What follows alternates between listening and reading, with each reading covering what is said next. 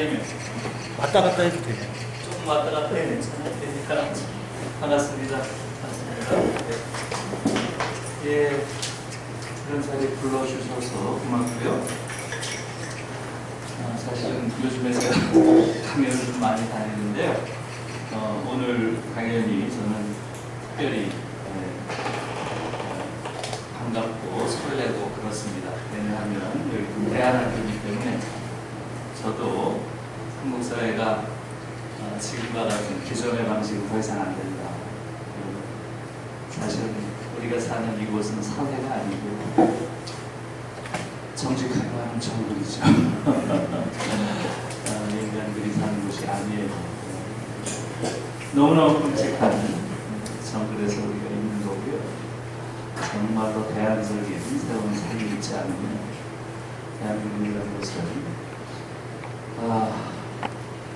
정글로 지탱하다가 사라질 공동체가 되어서는 근본적인 변화가 필요하다. 지금 여러분 요 학교도 보니까 대안적인 삶, 대안적인 교육을 모색한다 해서 제가 가지고 있는 생각과 너무 같고 좀 전에 말씀하신 대로 강연료가 얼마인지 보지 않고 물어본 적도 없지만 아무튼 그렇게 오게 된 거고요. 제가 최근에 정말로 많이 강연하러 다니는데요. 요 며칠 전에는 강진에, 전남 강진에 대안학교인데 공립대안학교가 있다는 걸 제가 처음 알았어요. 혹시 여러분들 아세요? 대안학교인데 공립이에요. 사실은 대안학교들이 이게 공립이 아닌 경우에는 부담들이 크잖아요. 결국은 우리가 무상교육을 하는 나라인데 대안학교만은 국가에서 그것은 자기 지원하겠다고 하면 그것은 그냥 온전히 부모들이 그 부담을 짊어져야 되니까 힘든데 공립대안학교라고 하는 것은 이게 국가에서 되는 그런 대안학교더라고요. 아무튼 거기서 선생님들이랑 또 아이들을 봤는데 제가 보니까 교장 선생님이 굉장히 훌륭하시다. 아이들 표정도 밝고 아이들이 약간 조금 일반 학교에서 이런저런 어려움이 있었던 아이들이래요. 그러니까 이런저런 어려움이 있었다는 이야기는 대체로 한국 교육에 적응하지 못하거나 적극적으로 저항하거나 한 아이들이니까 다른 말로 하면 가능성이 큰 애들이죠. 그런 애들이 있는 학교인데 아주 교장 선생님이 그 아이들의 강점을 살려주는 교육을 하시는 것 같아서 아주 좋았어요. 그리고 그런 공립대안학교라는 형식 자체도 괜찮았고요. 그래서 아무튼 여러분들이 최근에 제가 교육과 관련해서 어떤 이야기를 하는지 아실지 모르겠는데 저는 한국 교육은 적당히 바꿔서는 안 된다. 한국에서는 교육개혁이라는 것은 없다. 해방 이후에 70년 동안 교육개혁이라는 이름으로 해온 것은 딱 한 가지밖에 없어요. 선발 과정을 바꾸는 입시 제도를 바꾸는 걸 교육개혁이라고 하면서 틀림없는 교육에 대한 철학도 없고 교육에 대한 사실은 정책도 없고 대학 정책도 없고 교육 정책도 없고 학문 정책도 없는 이런 나라에 정말 터무니없는 나라에 우리가 사는 것이고요. 우리가 생각하는 것보다 훨씬 더 끔찍한 수준으로 특히 이 교육부라고 하는 집단은 무능과 아주 관료주의의 첨단에 있는 집단이고요.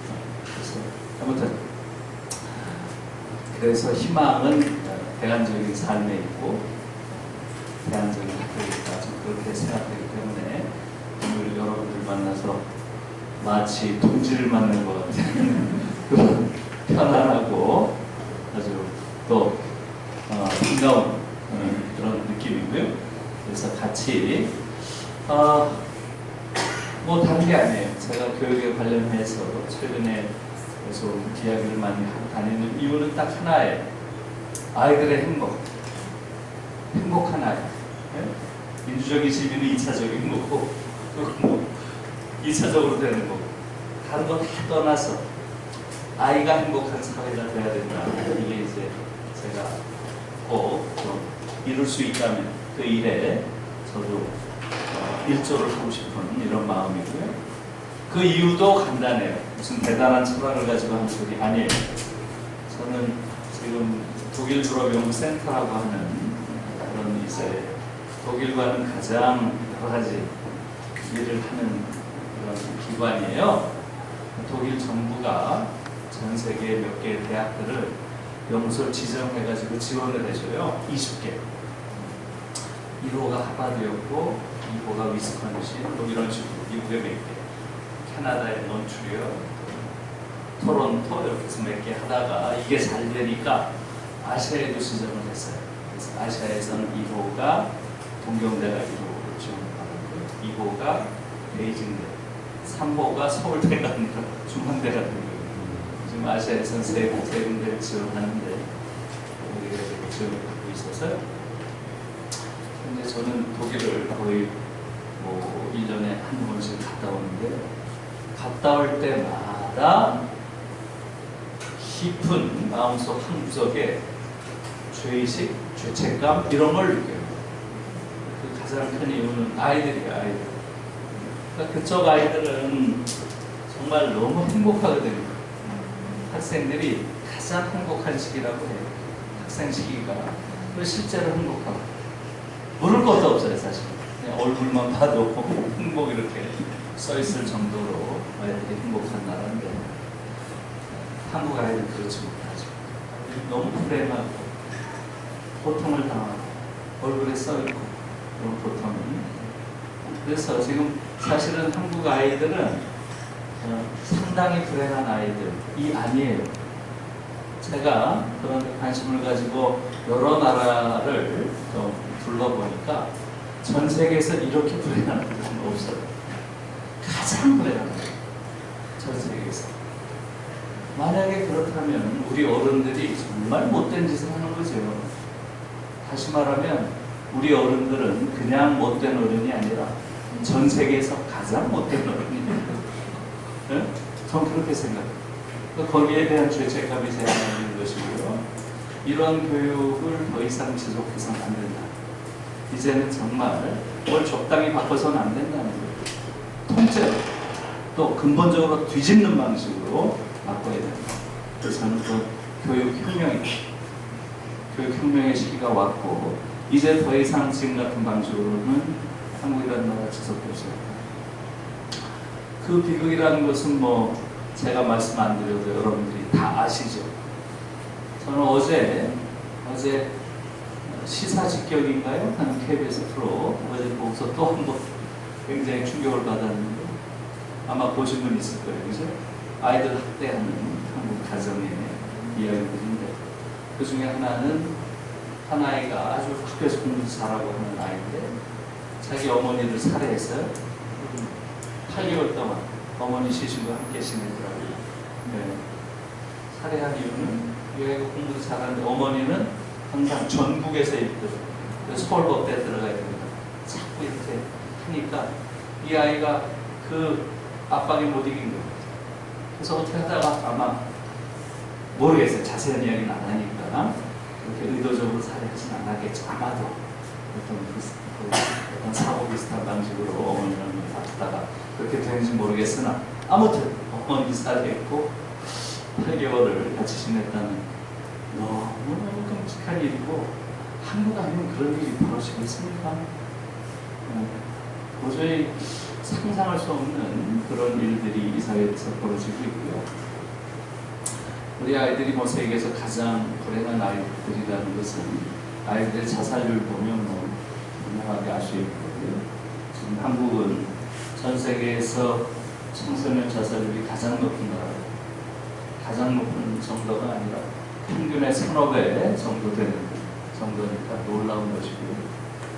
그리고 저는 그거보다 사실 더 놀라운 게 그냥 정상 아이들, 병상 아이들의 셋 중에 하나가 상시적으로 자살 충동에 시달린다. 이런 통계를 보고 더 끔찍했어요. 그냥 보통 아이들도 셋 중에 하나가 자살 충동에 시달리고 있다는 거예요. 늘 그런 충동 속에 있다는 거예요. 너무 충격적인 얘기죠. 그 이유는 거의 대부분 뭐겠어요? 학업 스트레스예요. 학업 스트레스. 그리고 실제로 그 이전에 아주 어린 그런 유년기, 아동기 때부터 아이들이 우울하다. 아동 우울증. 이것도 계속 세계 1위에. 이것도 무지무지하게 중요한 이야기죠. 어떻게 아이들이 우울할 수가 있냐고요. 우울한 아이라는 말은 형용 모순이에요. 사실은. 검은 백마 이런 게 존재하나요? 검은 백마 있어요? 말이 안 되는 소리잖아요. 똑같은 거예요. 어떻게 우울할 수가 있어요, 아이들이. 자연 상태에서 아이들이 어떻게 우울해? 아이들이라는 건 보는 온 세상이 다 호기심의 대상이요, 놀이터요, 장난감이요. 사실 우리가 어렸을 때만 해도 그랬잖아요. 장난감이 없어도 그냥 친구들끼리 엎드리면 말이 되고 말타기 하고 다방구, 숨바꼭질, 그냥 뭐 정신이 없는 세상 전체가 그런 즐거움의 대상이고 놀이터였는데 지금 아이들은 그렇지 않다는 거예요. 아이들이 우울한 그런 아주 나라가 한국이죠. 한국 아이들은 기적적으로 우울하다 했죠. 정말 기적이에요, 기적. 아이들이 우울할 수 있는 전 세계 유일한 나라입니다. 놀라운 나라를 우리가 만든 거예요. 그리고 그냥 어른들은 정상으로 삽니다. 아무 일 없는 척. 근데 지금 여기 모이고 계신 분은 그거는 비정상이라고 판단하셔서 한국의 공식적인 교육과는 다른 교육을 좀 모색하신 분이라고 생각이 들어서 정말 동지라고 생각을 하는 것이고요. 그런 것들이 지금 어른들의 상태고, 그게 이제 지금 우리가 안고 있는 문제인데 그럼 어떻게 풀어야 되느냐 하는 거죠. 어떻게 풀어야 되느냐. 그래서 오늘은 여러분들은 제가 가는 그 강연장에 항상 제가 최근에 쓴 책을 가지고 계신 분들이 이때 한 분도 안 계시네요. 깜짝 놀랐어요. 사인 해달라고 가지고.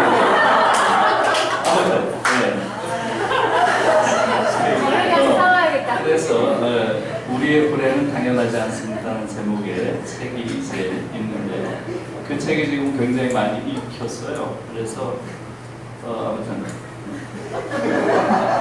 정세균 총리가 저한테 연락을 취해 오셨어요. 제가 개인적으로 모르는데. 그래서 어떤 일인가 했더니 그 책을 읽으셨대. 그 책을 읽으시고 자기가 좀 감동을 받았다 하더라고요. 그래서 제가 아니 지금 이 코로나가 이게 전쟁인데 총리는 지금 야전사령관인데 한가하게 책이 달고 이래도 됩니까? 지금 그래서 계속 코로나 느는 거 아니에요? 농담으로 그랬더니 막 웃으시더라고요. 그래서 아무튼 자기가 저녁 때 자기 전에 잡았는데 손에서 놓기가 어렵더라. 그래서 새벽까지 이거 다 읽었다 하시더라고요.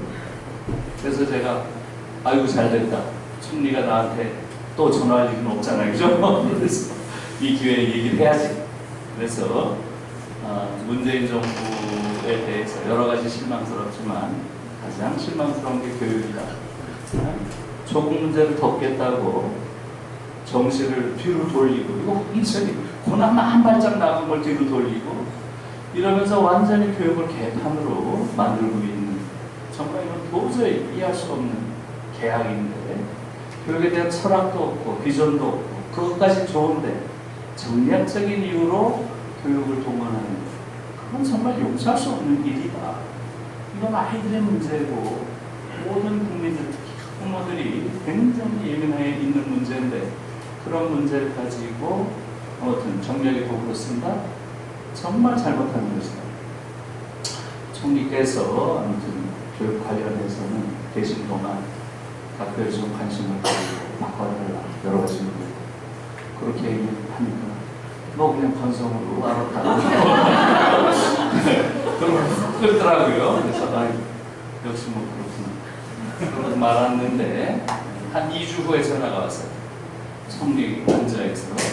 그래서 정세균 총리가 모교대화라는 그런 프로그램을 만들었대요. 모교대화. 그렇게 해서 그때 지금 문제가 되는 사회적 어젠다에 대해서 이제 발표하고 또 전문가들 이렇게 모여가지고 토론도 하고, 그래서 그것을 가지고 또 말하자면 정책대안을 만들고 뭐 이런 거래요. 그래서 전화가 와서 교육과 문화 관련된 걸 다음 주에 교수님이 와서 교육 관련된 강연을 해달라 요거예요. 그래가지고 아이고 잘됐다. 그래서 갔죠. 갔더니 교육부 장관이랑 문화부 장관을 안청맞더라고요. 교육부 장관 앞에서 이렇게 신랄하게 한국 교육을 비판할 기회가 아무한테나 있는 게 아니잖아요. 그죠? 그래서 아이고 너무 잘됐다.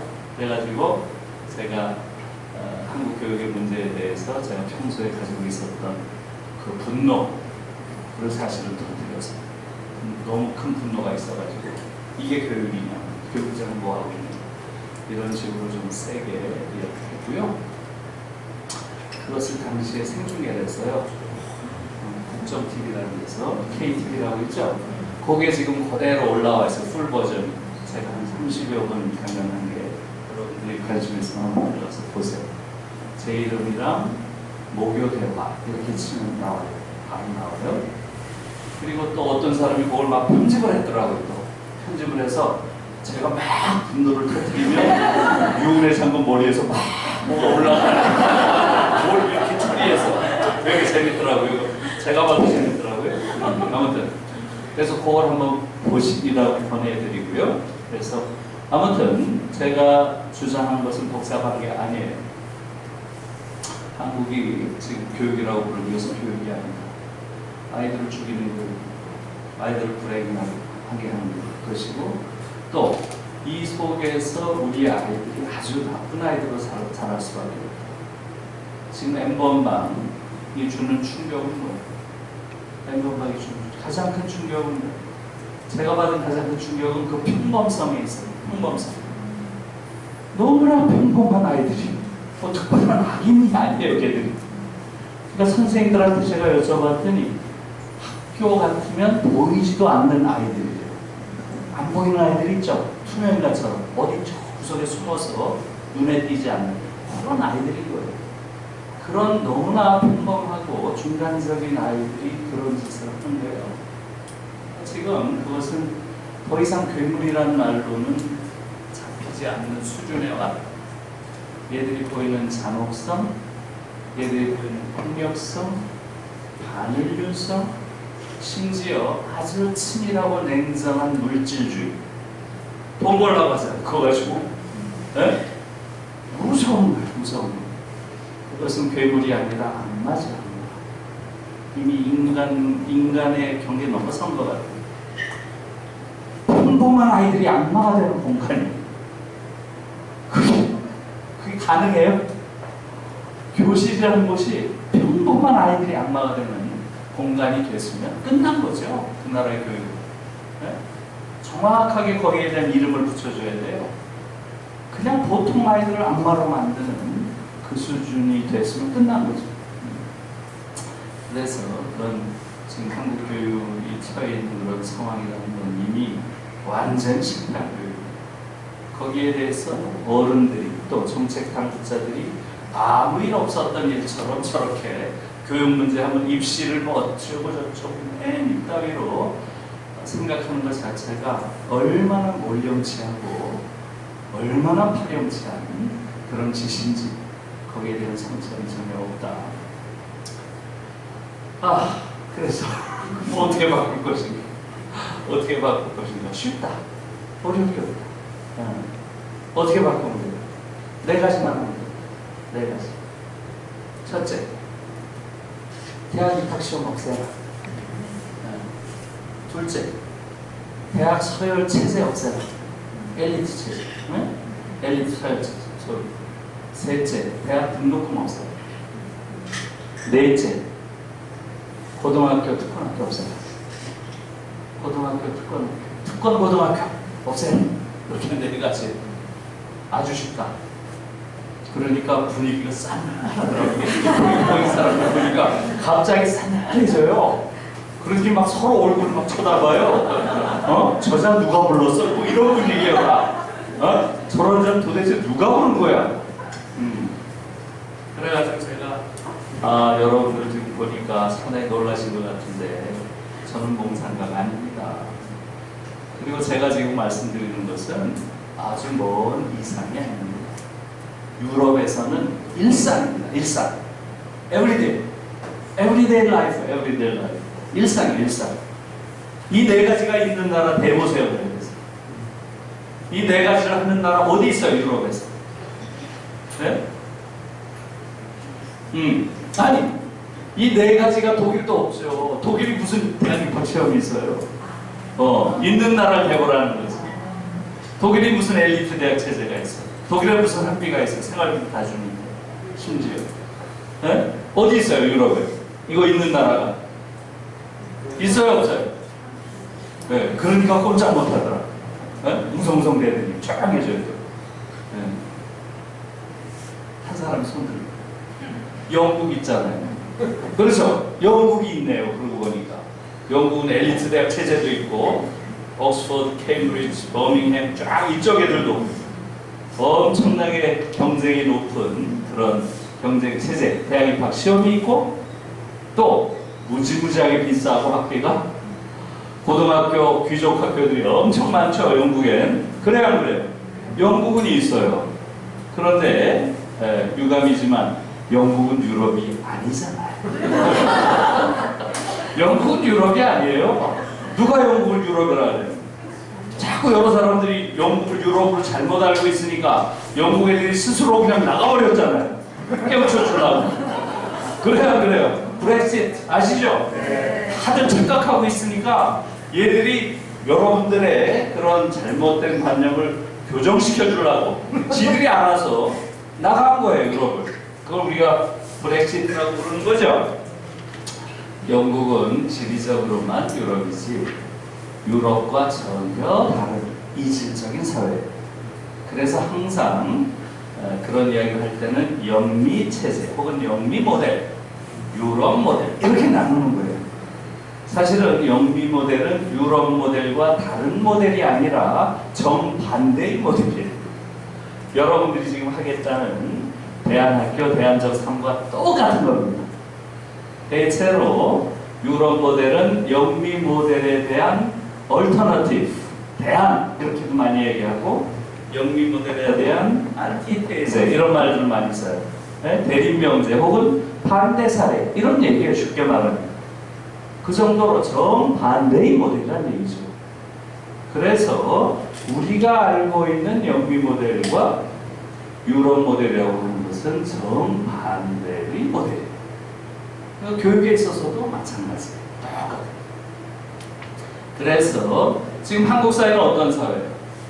한국 사회는 어떤 모델에 속하겠어요? 그 두 중에 당연히 영미 쪽이겠죠? 네, 영미 쪽 모델이 들어왔고 한국 사회가 가지고 있는 독특한 유형의 경쟁 지상주의와 결합되면서 세계 최악의 교육체제가 된 거예요.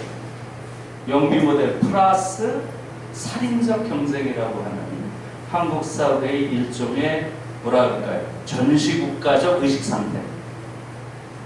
한국인들은 아직도 다 전쟁이 안 끝났어요. 과거에 한국전이 있었죠? 그 전쟁이 지금 일상화되어 있어요. 일상화. 모든 사람이 모든 사람과 지금 전시 상태에 있는 거예요. 일종의 내전 중이에요. 어떻게 보면. 한국인들에게는 아직도 평화가 안 왔어요.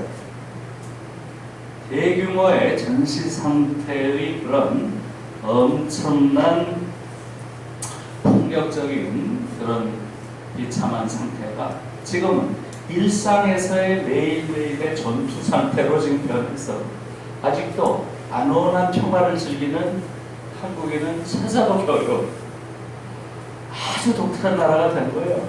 거기에 교육이라는 것이 결정적인 역할을 하고 있다는 거죠. 그래서 그 네 가지 부분을 관련해서 조금 말씀드리고요. 그리고 정반대의, 우리와는 정반대의 교육 모델을 가진 나라가 어딜 것 같아요, 여러분?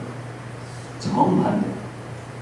뭐 다른 모델은 많죠, 당연히. 유럽에 여러분들 아마 덴마크라든가 핀란드는 교육을 어떻게 하는지 이런 얘기 많이 들으셨죠? 또 독일은 어떻게 하는지 조금씩은 다 들으셨을 텐데, 그 중에서 한국과 가장 다른, 즉 한국과 극단적으로 이렇게 대립된 모델이 어딜 것 같아요? 그게 바로 독일입니다. 그래서 지금 한국은 경쟁이 심한 나라가 아니고요. 아까 말씀드린 대로 전 세계에서 가장 경쟁이 심한 나라라는 데 주목해야 돼요. 그건 제가 지표랑 이런 걸 좀 이따 보여드릴게요. 대학을 둘러싸고 경쟁을 하는 나라들이 있잖아요. 대체로 영미 모델과 영미 모델을 따르는 국가들이에요. 그러나 그런 나라가 있지만 우리처럼 이렇게 아이들을 죽이는, 심지어 아이가 부모를 죽이는 형태로까지 극단적으로 이렇게 경쟁을 시키는 나라 없어요. 그런 건 제가 나중에 이 지표를 좀 보여드릴게요. 독일은 어때요? 경쟁을 안 시키는 게 좋다 정도가 아니에요. 독일은 그 이전에는 우리와 비슷했어요. 근데 68혁명이라고 하는 거대한 변화를 겪으면서 새로운 교육으로 교육 개혁을 하게 돼요. 이때 이 교육 개혁의 근본적인 정신, 구호 이렇게 된 것이 바로 경쟁 교육은 야만이다 라는 테오도르 아도르노의 명제예요. 경쟁 교육은 야만이다. 그것은 그냥 경쟁을 시키지 않는 게 좋다라는 수준이 아니죠. 경쟁 교육은 야만이라는 거예요. 경쟁 교육을 하면 할수록 야만이를 키운다는 거예요. 무서운 말이죠. 네? 그렇다 보니까 만약에 경쟁 교육은 야만이다라는 그러한 원리가 사실이라면, 맞는 말이라면 한국 교육은 어때요? 전 세계에서 가장 야만적이에요. 가장 야만. 그냥 야만적인 게 아니에요. 그 안에서 우리 아이들이 크기 때문에 이 안에서 크는 우리 아이들이 전부 망가져 있는 거예요. 너무나 크게 망가져 있어요. 어떻게 보면 이 안에서 이 경쟁에 탈락하는 아이들, 그 아이들은 뭐 말할 것도 없죠. 대다수가 탈락하죠. 99%가 1등이 아닙니다. 1%가 지금 이 경쟁 교육에 이겨서 소위 승자연하는 자들이고, 대다수는 이 경쟁 과정에서 탈락하는 아이들이죠. 그 아이들을 사람 취급을 안 하는 사회입니다. 이 사회. 그러니까 아주 어린 나이부터 아이들이 학교에 들어가면서부터 완전히 열등감을 내면한 아이들이 되는 거예요. 이 아이들의 내면 세계가 완전히 부서집니다. 그러니까 학교 보내면 안 되는 거예요. 대한민국에서 학교에 딱 12년 동안 쳐넣으면 나올 때는 아주 정상적인 아이들도 열등감, 좌절감, 절망감, 네? 이런 것들을 완전히 내면화해서 불행의식을 완전히 각인한 그런 내면을 가지고 나와요. 대부분이 그래요. 그리고 그 과정에서 아이들이 엄청나게 무기력한 아이가 돼서 나옵니다. 무기력. 지금 우리 대학생들이 다 그래요. 저희 학과 오는 아이들도 스스로 뭐 할 줄은 몰라요. 늘 노예처럼 컨트롤 당해. 너 벌점 몇 점. 전부 아이들 점수를 컨트롤해놔가지고 벌벌벌벌 떨어져. 너무 불쌍해. 어떻게 그런 아이들을 길러낼 수가 있어요? 저는 첫 수업 시간에, 첫 시간에 그 얘기를 항상 해요. 대학이라는 것은 뭐 하는 것이냐. 대학. 네? 대학은 교수가 하는 말을 그냥 토시 하나 빼놓지 않고 달달달 외워가지고 토해내는 그런 것입니다. 여러분 보셨어요? 2주 전에 신문에 났는데 아마 보신 분이 있을 거예요. 서울대에도 또 모범생 그룹이 있다면요. 네? 모범생 그룹이 있대요. 그 아이들이 공부 잘하는 비결을 물었다는 거예요. 본 사람 있죠? 네. 그 아이들 중에 87%가 뭐라고 답했어요? 교수가 하는 말을 토시 하나 빼놓지 않고 다 이렇게 다 받아 적었다가 시험 볼 때 그대로 되는데, 와, 그걸 보고 저는 너무 충격을 받았어요. 네? 그게 서울대 안에서도 소위 모범생 그룹이라는 아이들의 말이에요. 그건 뭐예요? 한국은 망했거나 앞으로 확실하게 망할 것이다. 확실하게. 네? 그런 아이들이 이 사회의 가장 우수한 아이들이라고 하는 아이들 아니에요. 정말로 어리석은 아이들이 이 사회에서는 터무니없는 오만함과 자긍심을 가지고 있습니다. 그저 달달 외우는 아이들, 사유 능력은 아주 바닥인 아이들, 이런 아이들이 이 사회에서 행세하는 그런 나라예요. 정말 터무니없죠. 정말. 네? 그래서 제가 그 얘기를 얼마 전에 그런 사람들이 모여있는 자리에서 했어요. 마침 추미애 지금 법무부 장관이 N번방 문제 때문에 저한테 인권 강연을 해달래요. 제가 무슨 인권을 뭘 알아요? 무조건 요새 저를 그렇게 불러요. 그래? 아, 인권 강사한 자들이 와서 무슨 얘기를 할까? 뻔한 얘기 할 거라고요. 그럴 바에야 내가 가서 그들이 가지고 있는 잘못된 자긍심에 대해서 폭탄을 던지고 와야지. 그러고 간 거예요. 그래서 가서 그 얘기를 했어요. 지금 여기 모여 계신 분들, 그러니까 장관 차관하고 한 30명 정도 법무부 고위 관료들이 앉아있더라고요. 여기 지금 앉아 계신 분들이 어떤 분들이냐. 한국교육이 만들어놓은 최우량 상품들인데, 서울법대 나와서 지금 법관이 됐다고 하면 대단한 자긍심을 가진 분들인데, 과연 여러분들이 그럴 역량을 가진 분들인지 한번 생각해 볼 필요가 있다. 그래서 제가 한나 아렌트를 얘기를 했어요.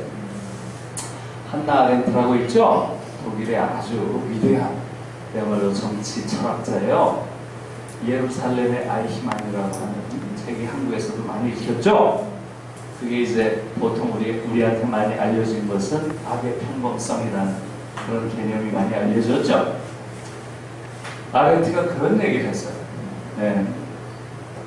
무지라고 하는 것, 지식이 없다고 하는 것, 무지라고 하는 것은 용서할 수 있다. 왜? 그것은 지식의 부정입니까? 그러나 무사유는 용서할 수 없다. 무사유, 사유하지 않는 것, 무사유는 범죄다. 이렇게 세게 말했어요. 무사유는 범죄다. 왜? 무사유는 의미의 부정입니까? 의미를 성찰하지 않는 거예요. 의미, 사유하지 않는 인간들. 네? 그러니까 사유하지 않는 지식만 차곡차곡 쌓아올린 자들, 얘들이 항상 파쇼의 노예 내지 졸개가 된 거예요. 네? 그게 바로 아이히만 같은 그런 히틀러 치하의 지식인들을 뜻하는 거죠. 사유하지 않는 인간들, 그들은 의미를 성찰하지 않고 바로 그렇기 때문에 그런 파시즘의 노예로 갈 수 있다. 이런 이야기죠. 어때? 한국 법원의 역사를 돌아보라. 어때요? 똑같이. 어떻게 보면 더하지. 군사 독재 시대에 그 수많은 사법살인들 누가 했어요? 한국 교육이 만들어 놓은 최우량품들이 그 짓을 하는 거 아니에요. 한 번도 반성한 적도 없어요. 사죄한 적도 없어요. 터무니없이 파렴치까지 하는 거죠. 네? 그것이 교육의 가장 중요한 핵이에요. 어떻게 보면 한국 교육은 단순한 지식을 그냥 턱없이 외우고, 판검사들은 판례를 외우고 하죠. 판례를 외우고, 외운 판례를 적용하는 걸 마치 유능한 판사의 무슨 사례인 것처럼 얘기를 해요. 있을 수 없는 이야기예요. 한국 사회 전체가 너무나 터무니없는 근거 위에 세워져 있는 거예요. 지금도. 그래서 지금 법무부 법원에서 특히 사유하지 않는 그런 판사들이 너무나 많다. 이런 사유하지 않는 판사들이 사실상 한국 사회를 이런 식의 후기 파시즘 사회로 만든 거 아니냐. 거기에 대한 성찰이 필요합니다. 바로 그 교실에서 그런 사유하지 않는 소위 그런 우등생을 만들어내는 그 교실에서 똑같은 수준에서 등장하는 사유하지 않는 열등생이 바로 N번방의 괴물들이다. 그들은 사실은 괴물도 아닌 악마가 되어버렸다. 예? 그들이 보이는 그런 잔혹성이라는 것, 그 어린아이들, 그게 한국 교육이에요. 다시 말하면 한편에서는 지식을 달달달달 외에는 그런 류의 소위 모범생을 한쪽에서 만들고 다른 한쪽에서 절망했다고 하는 아이들은 말하자면 엠번방이 보여주는 방식의 그런 잔혹한 열등감을 내면한 악마들을 지금 키워내는 게 한국 교실이다. 완전히 한국 교육 끝난 거죠. 네? 망한 거죠.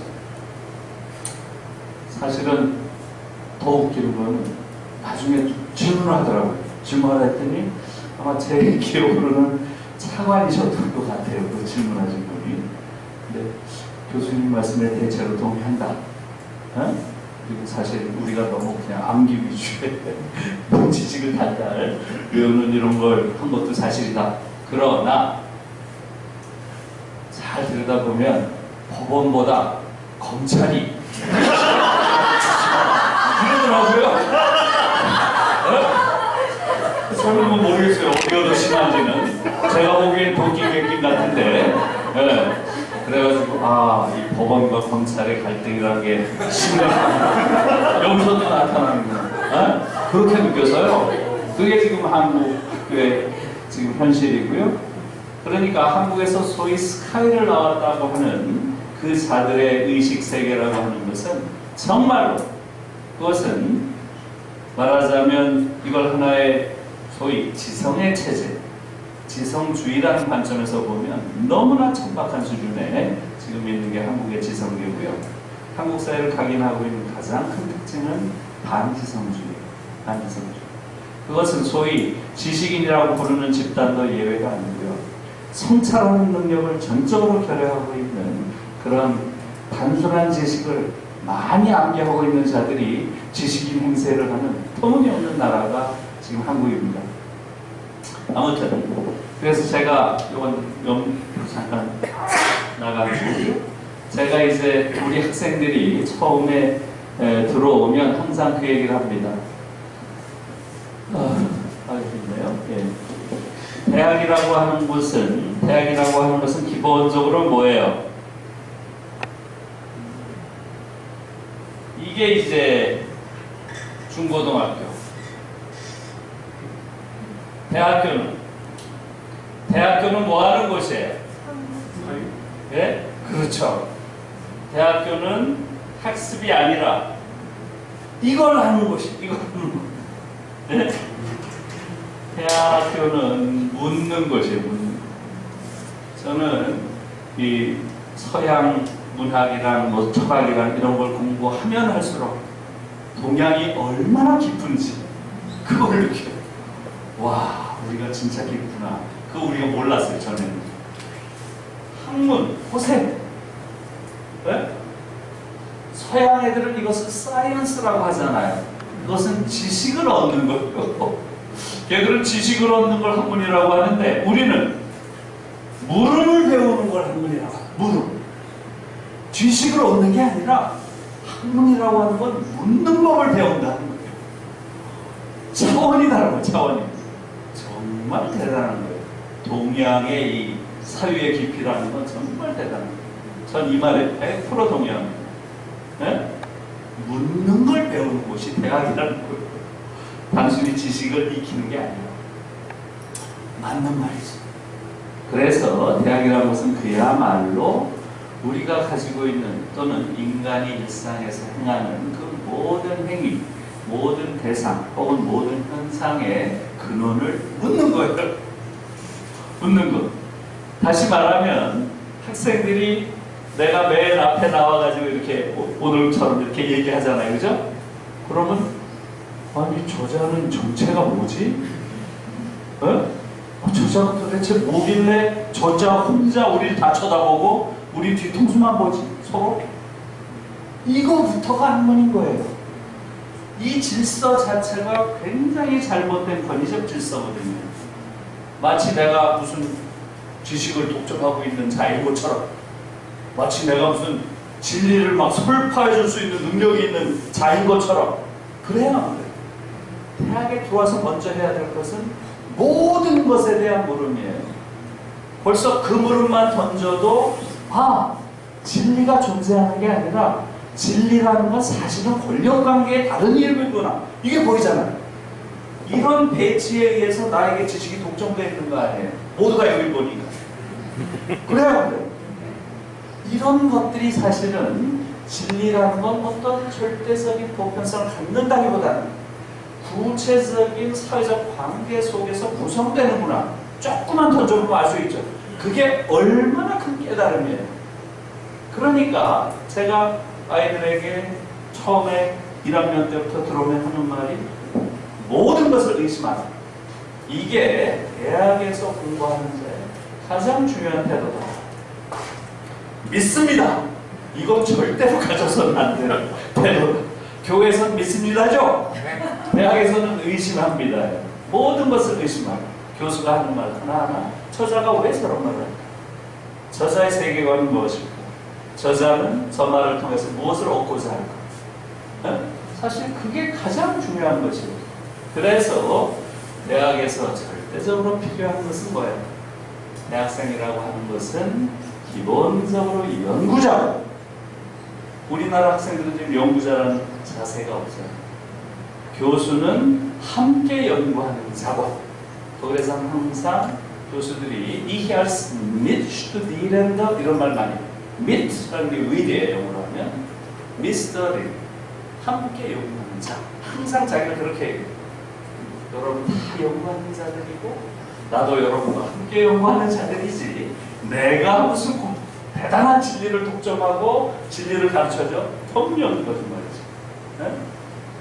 그렇게 가르쳐요. 그러니까 아이들 하나하나가 다 연구사라고 가르치는 거죠. 독일 아이들은 정말로 연구자의 자의식을 가지고 있어요. 그러니까 기본적으로 대학생들의 자세는 뭐겠어요? 똑바로 바른 자세로 앉아가지고 막 받아 적는 거. 최악인 아이들이 거의 그런 아이들. 아까 서울대 모범생들, 그죠? 최악의 대학생들인 거예요. 어떻게 앉아야 돼요? 다리를 꼬고 좋아요. 그래 약간 삐딱하게, 손을 이렇게 대고 저게 왜 저런 말을 하지 저놈이? 그 자세가 가장 좋은 자세예요. 그래서 제 그 강의실에서는 다른 자세로 앉는 아이들은 혼납니다, 저한테. 그러니까 자세들이 아주 각양각색이고 굉장히 좋아요. 전체적으로 조화도 이루어지고 그러다 보니까. 자, 그러면 연구하는 자의 기본 자세는 뭐겠어요? 기본 자세는 바로 가장 기본 전제는 뭐겠어요? 연구하는 자의 기본 전제는 바로 자유예요. 자유. 훔볼트라고 여러분 들어보셨죠? 베를린 대학이 훔볼트 대학인데, 훔볼트 대학이 근대 대학의 표시예요. 최초의 근대 대학이에요. 훔볼트 대학이. 이 훔볼트가 학자의 기본 자세, 기본 전제, 학자를 위한 기본 전제를 두 가지로 얘기했어요. 전 그 말이 너무 좋아요.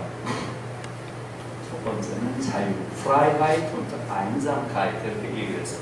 자유와 고독. 자유와 고독 없이는 학자가 나올 수가 없어요. 학자는 기본적으로 고독할 수밖에 없고, 그 속에서 늘 고독이 성찰의 조건이지. 고독이 있어야 성찰이 가능하지. 사유가 모이는 그릇 같은 것이 고독은 어떻게 보면 그런 거죠. 그래서 자유와 고독인데 어쨌든 자유가 가장 중요하다. 왜? 우리 아이들은 12년 내내 노예로 길들여져 있습니다. 전부 노예로 길들여져 있고 그저 남의 말을 받아서 적고 그대로 그냥 하는 정말 안 좋은 노예 중에서 아주 질라진 노예죠. 우리 아이들 12년 동안 그렇게 길러놨으니까 그 노예 짓을 엄청 잘하는 아이들은 스카이 가는 거죠. 놀라운 거죠. 그래서 제가 중대 들어온 아이들은 걔들도 좀 야단을 쳐요. 니들도 상당히 잘한 거 아니냐, 그치? 걔들보다는 못했지만 걔들은 아주 빼어난 노예고 니들도 상당한 노예다. 그러니까 중대로 왔지. 네? 실제로 저는 그렇다고 생각해요. 그래서 자유라는 것이 중요하다. 너희들은 하여간 내가 총장이면 뭐 중대 전체를 그렇게 할 텐데 내가 총장한테 몇 번 얘기를 해도 안 듣더라고요. 대학은 자유의 공간이고 그래서 절대적인 자유를 아이들한테 줘야 돼요. 그 얘기는 뭐예요? 아이들 컨트롤하는 거. 뭐예요? 뭐 출석을 한다거나 시험 볼 때 감독을 한다거나 일체 이것도 그건 노예 윤리죠. 자유인들에게 그런 걸 강요해서 안 된다.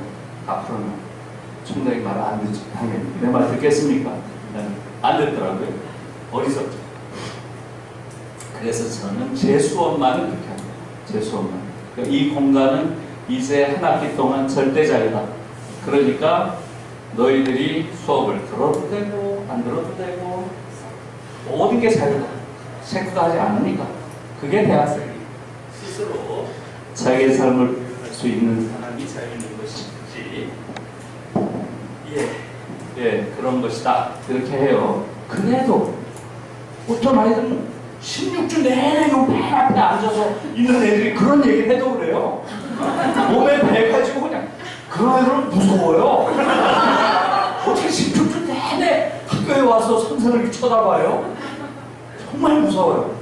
어떻게 삶에 이렇게 변화가 없을 수가 있을까? 그렇잖아요. 아침에 학교 오다가 지하철에서 어떤 애를 보고 반해가지고 내 운명의 여자구나. 쫓아가야죠. 그런 일이 한 번도 없다는 게 말이 돼요? 아니면 전날 밤에 베르테를 읽다가 너무나 감동을 해서 이걸 뭐 손에 놓을 수가 없는 거예요. 그런 책이 얼마나 많아요. 그럼 밤새 읽고 그 다음날 수업은 당연히 제끼는 거죠. 그 수업을 왜 들어야 돼요? 16주 내내 나오는 아이들이 있어요. 그러면 야, 얘들은 정말 삶의 변화가 전혀 없구나. 무서운 거죠. 그 정도로 아이들이 너무나 통제되어 있고 노예 윤리를 완전히 몸에 내면하고 있어요. 그래서 그럴 필요가 없다 그래도 꼭 진단서를 띄워와요. 진단서가 이만큼의 학기 말이 되면 난 그거 안 보겠다고 몇 번 얘기를 해도 난 그거 안 봐 해도 불안한가 봐요. 진단서를 이만큼씩 나와요. 그러니까 우리 아이들이 너무너무 불쌍한 거예요. 완전히 노예로 길러졌고 그게 습성화돼가지고 그것을 벗어날 길이 없는 게 우리 아이들의 상황이고요. 그게 이제 한국 교육이 지금 길러낸 그런 그 학생들이고요. 그리고 자아도 너무나 약하고요. 그러니까 제가 이렇게 얘기해요. 첫 시간에 사실은 교육이라고 하는 것은 밖에 있는 걸 이렇게 여러분들 머릿속에 지식을 이렇게 넣어주는 것, 쳐넣는 것, 이게 교육이 아닙니다. 에듀케이트란 말 자체가 뭐예요? 에듀케이트란 말 자체가 에라는 게 이게 밖으로, out. 뉴스라는 말이 이게 풀이에요, 풀. 풀 아웃의 뜻이에요. 풀 아웃. 네? 밖으로 끄집어낸다. 이런 뜻이에요. 근데 우리는 자꾸 쳐넣잖아. 이걸 자꾸 교육이라고 하잖아요. 완전히 반교육이에요. 그래서 저는 이건 한국의 교육은 안티 에듀케이션. 교육이 아닌 정도가 아니라 교육에 반한다는 거예요. 네? 그러니까 아이들 안에 있는 걸 어떻게 끄집어낼 것인가, 이게 교사의 의무인데 한국 교육은 그냥 단순한 지식들을 머릿속에 집어넣는 걸 교육이라고 하고 그 지식을 가지고 있는 아이들을 판별하는 걸 마치 유능한 아이들이라고 하는 거예요. 판별하는 방식도 너무나 야만적인 방식을 취하는 거죠. 전 세계에서 선다형 시험을 보는 나라가 어디 있어요? 사지선다, 오지선다로 보는 거예요. 여러분 다 그걸로 봤잖아요. 평생을. 사지선다, 오지선다는 누가 만든 건지 아세요, 여러분? 누가 만들었어요? 그런 평가 방식을. 미국 국방부에서 만든 거예요. 교육부도 아니에요, 교육부도. 미국 국방부에서 신병을 모집할 때 쓴 방법이에요, 그게. 왜? 미국 애들이 하도 무식한 애들이 많잖아요. 네? 글자를 깨우치지 못하는. 그 아이들을 걸러내려고 만든 게 사지선다 문제예요. 그 처음이에요, 처음. 그러니까 정말 반교육적인 방법인 거예요. 그러나 효율적이죠. 쉽고. 아주 가장 단순한 지식을 판별하는데 유용한 거예요. 그 방식이. 신병 모집을 위한 방식으로 시작된 게 바로 뭐예요? 사지선다 오지선다. 그걸 한국 국방부에서 받아들여서, 한국 교육부에서 받아들여서 지금까지 하고 있는 거예요. 반드시 없애야 될 가장 나쁜 방식의 평가 방법입니다. 그 다음에 뭐 하는 게 뭐예요? 그 다음에 하는 게 단순 암기를 확인하는 뭐예요? 단답형 문제들이죠. A는 B다.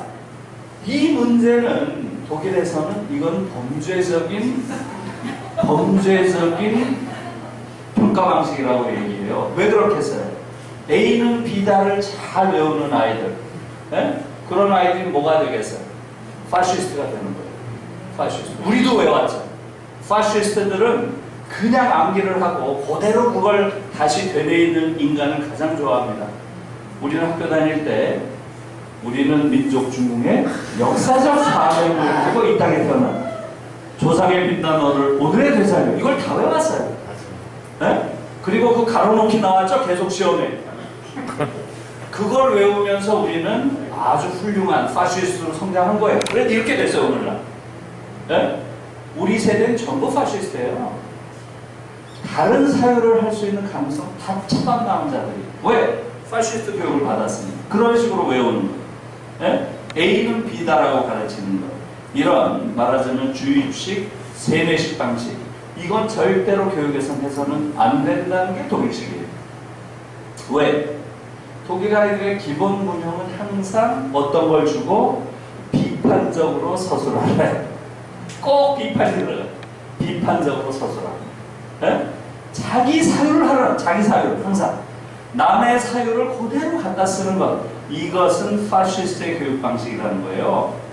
그 정도로 우리랑 다른 거예요. 모든 게. 그러니까 지금 한국에서 우수하다고 하는 아이들은 지금 말하는 미국 아이들이 쓰는 가장 저급한 류의 평가 방식 신병을 모집할 때 썼던 선다형 문제 아니면 단순한 단답식 문제에 익숙한 자들이에요. 그런 자들이 과연 복잡한 사유를 할 수 있는 능력이 있을까요? 아주 근본적인 문제들이에요. 이런 것들이 다. 우리 다 그렇게 커왔기 때문에 우리도 모르게 너무나 단순한 사유를 하고. 그래서 저는 한국에서 가장 꼴 보기 싫은 게 퀴즈 문화예요. 퀴즈. 퀴즈 좀 없었으면 온 천지가 퀴즈잖아요. 고등학생들은 막 퀴즈 뭐 강당에 모아놓고 뭐 들면서 군통인 거예요. 군통인. 그게 파시스트 교육이에요. 파시스트 교육이라는 게 꼭 군복 입고 나와서 하는 게 파시스트 교육이 아니에요. 퀴즈 같은 식의 그런 사유, 아주 단순한 지식을 암기하고 그것이 마치 대단한 거인 양 절대시하고 교육은 그게 아니에요. 독일 교육은 비판 교육입니다. 비판 교육. 놀라운 거죠. 어떻게 교육이 비판 교육일 수 있어요? 비판 교육. 모든 교육은 기본적으로 기존의 사회 질서나 기존의 가치에 순응하고 적응하는 방법을 가르치는 거예요. 그게 기본이잖아요. 모든 교육이라는 게. 그게 우리가 일반적으로 사회화라고 부르는 거죠. socialization 이렇게 할 때는 그 사회가 가지고 있는 규범을 익히고 그걸 통해서 잘 적응하도록 하는 거죠. 이게 교육을 통해서 이루어지는 거란 말이에요. 그런데 독일 교육은 딱 교육의 목표 비판적 사고예요. 적응이 아니에요. 정말 웃긴 나라죠. 그래서 독일 교육을 critical pedagogy 이런 표현을 써요. critical pedagogy. 비판 교육학. 독일 교육 비판 교육학. 놀라운 이야기인데요, 사실. 놀라운 이야기. 네? 교육이 적응보다 비판을 더 강조하는 그런 나라예요. 그러니까 초등학교 아이 때부터 단답형, 선다형 이런 문제 일체 없어요. 글자를 조금 쓸 때부터 모든 걸 비판적으로 서술하도록 배웁니다. 전부 자기에게 씁니다. 전부 자기에게. 그러니까 놀라운 거죠. 여러분 아마 다니엘 린데만이라고 독일 애가 한국 텔레비전 자주 나오죠? 그래요 안 그래요? 걔 한번 잘 보세요. 걔가 그냥 보통 독일애예요. 조금 달라요 뭔가. 걔는 다른 아이들이랑 어떻게 다른 그런 거 못 느꼈어요? 항상 자기 생각이 있어요. 무엇에 대해서 우리 아이들이 가장 결여하고 있는 바로 그것이에요. 우리 아이들은 정답이 있지 않으면 불안해요. 어떻게 세상에 정답이 없냐는 거예요. 네? 우리가 그렇게 된 거예요. 네, 그렇게. 그러나 이 아이들은 A는 B라고 하는 주장 배후에 말하자면 예를 들면 소비를 해야 일자리가 생기고 경제가 발전하고 그래야 국가도 부강해진다. 이런 하나의 명제. 지금 한국 사회 지배하는 완전 지배하는 명제죠. 그래야 소비를 해야 일자리가 생기고 경제가 발전, 성장하고 국가 발전한다. 그래야 안 그래요? 우리는 그걸 외우고 그대로 쓰잖아요. 그죠? 네, 독일 애들은 그러한 논리가 있다. 이것에 대해서 비판적으로 넘어. 이거예요. 다시 말하면 지금 같은 류의 소위 소비 지상주의 명제가 과연 누구의 이데올로기인가를 논하라는 거예요. 모든 주장 배후에는 하나의 권력이 작동하고 있다고 보는 거예요. 네? 그럼 그 권력이 어떤 권력인지를 성찰하라는 거예요. 지금 말씀드린 그 담론의 배후에 있는 권력은 뭐예요? 자본주의죠. 한국 사회는 완전히 자본 독재 사회예요. 자본 독재 사회. 그러니까 그따위 논리가 일관되게 관철되는 거예요. 있을 수 없는 얘기예요.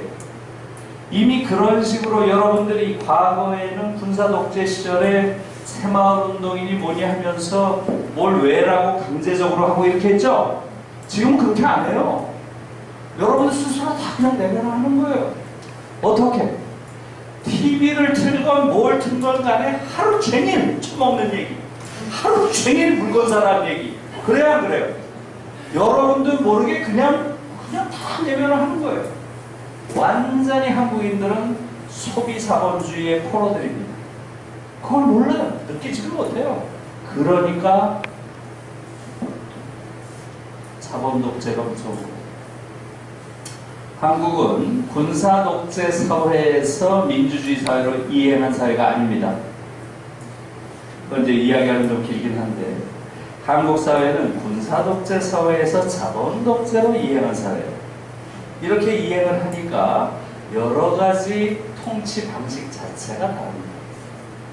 과거에는 물리적 폭력으로 지배했어요. 그렇죠?